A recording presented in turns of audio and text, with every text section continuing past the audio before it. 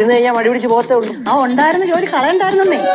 ഇനി ബിസിനസ് എന്നും പറഞ്ഞോണ്ടേ വാങ്ങിച്ചിട്ടേക്കുന്ന വസ്തു കൊടുത്ത് കാശ് മേടിക്കുവോ? ഹലോ ഗൈസ്, അങ്ങനെ നമ്മുടെ ഉപ്പും മുളകും പാറമട വീട്ടിൽ നിന്നും സിദ്ധു എന്നേക്കുമായി തിരികെ പോകുന്നുവോ അതേ കൂട്ടുകാരെ നമ്മുടെ പുതിയ പ്രമോല് എല്ലാവരും കൂടെ നമ്മുടെ സിദ്ധുവിനെ കുറ്റപ്പെടുത്തുകയാണ്. പ്രത്യേകിച്ച് നമ്മുടെ ഭവാനി അമ്മൂമ്മ കേട്ടോ. ഭവാനി അമ്മൂമ്മ സിദ്ധുവിനടുത്ത് പറയുന്നുണ്ട്, അല്ല സിദ്ധു, എത്ര നാളിങ്ങനെ ഇരിക്കാനാ തീരുമാനം? ഇനി ജോലിക്കൊന്നും പോകുന്നില്ലേ എന്നൊക്കെ ചോദിക്കുന്നുണ്ട്. അപ്പൊ കേശുവും പറയുന്നുണ്ട്, എങ്ങനെ ഇരുന്നിരുന്ന് മടി പിടിച്ചു എന്നാ തോന്നുന്നേ എന്നൊക്കെ പറയുകയാണ്. പിന്നീട് നമ്മുടെ ഭവാനി അമ്മൂമ്മ പറയുന്നുണ്ട്, കാര്യം ലച്ചു ഇങ്ങനെയൊക്കെ ആണെങ്കിലും ലച്ചു പറയുന്നതിലും കാര്യമുണ്ട്. എത്ര നാൾ ജോലി ചെയ്യാതെ ഇങ്ങനെ ഇരിക്കാനാണ്? എന്തെങ്കിലും വേലയും കൂലിയൊക്കെ ഒരാണായാൽ വേണ്ടേ? എന്നും കൊന്നും ഇങ്ങനെ വീട്ടിലിരിക്കാൻ പറ്റുമോ എന്നൊക്കെ നമ്മുടെ ഭവാനി അമ്മൂമ്മ പറയുവാണേ. അപ്പൊ എന്തായാലും എപ്പിസോഡിൽ നമ്മുടെ ലച്ചു ഇല്ല കേട്ടോ. അപ്പൊ നമ്മുടെ ഭവാനി അമ്മൂമ്മ ലച്ചുവിനെ ഫോൺ ചെയ്ത് പറയുന്നുണ്ട്, സിദ്ധുവിന്റെ കാര്യത്തിൽ നീ എന്താ തീരുമാനം എടുത്തിരിക്കുന്നത് എന്നൊക്കെ വിളിച്ച് ചോദിക്കുന്നുണ്ട് കേട്ടോ. ലാസ്റ്റ് സിദ്ധുവിന് ഇതെല്ലാം കേട്ടിട്ട് ഭയങ്കര സങ്കടമാവുന്നുണ്ടേ.